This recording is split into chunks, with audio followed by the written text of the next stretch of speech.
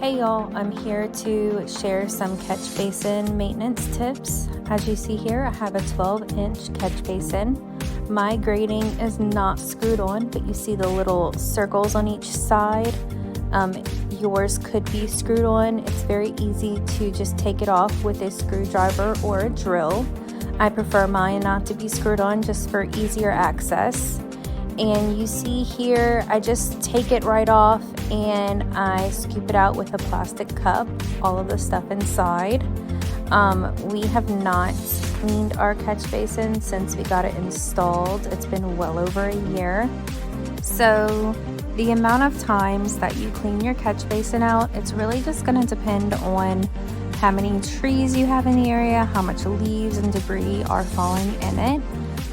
I also wanted to mention the tool I'm using to scoop out the debris.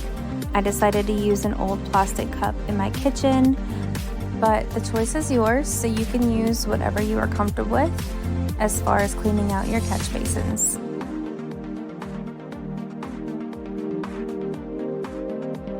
And that's about it.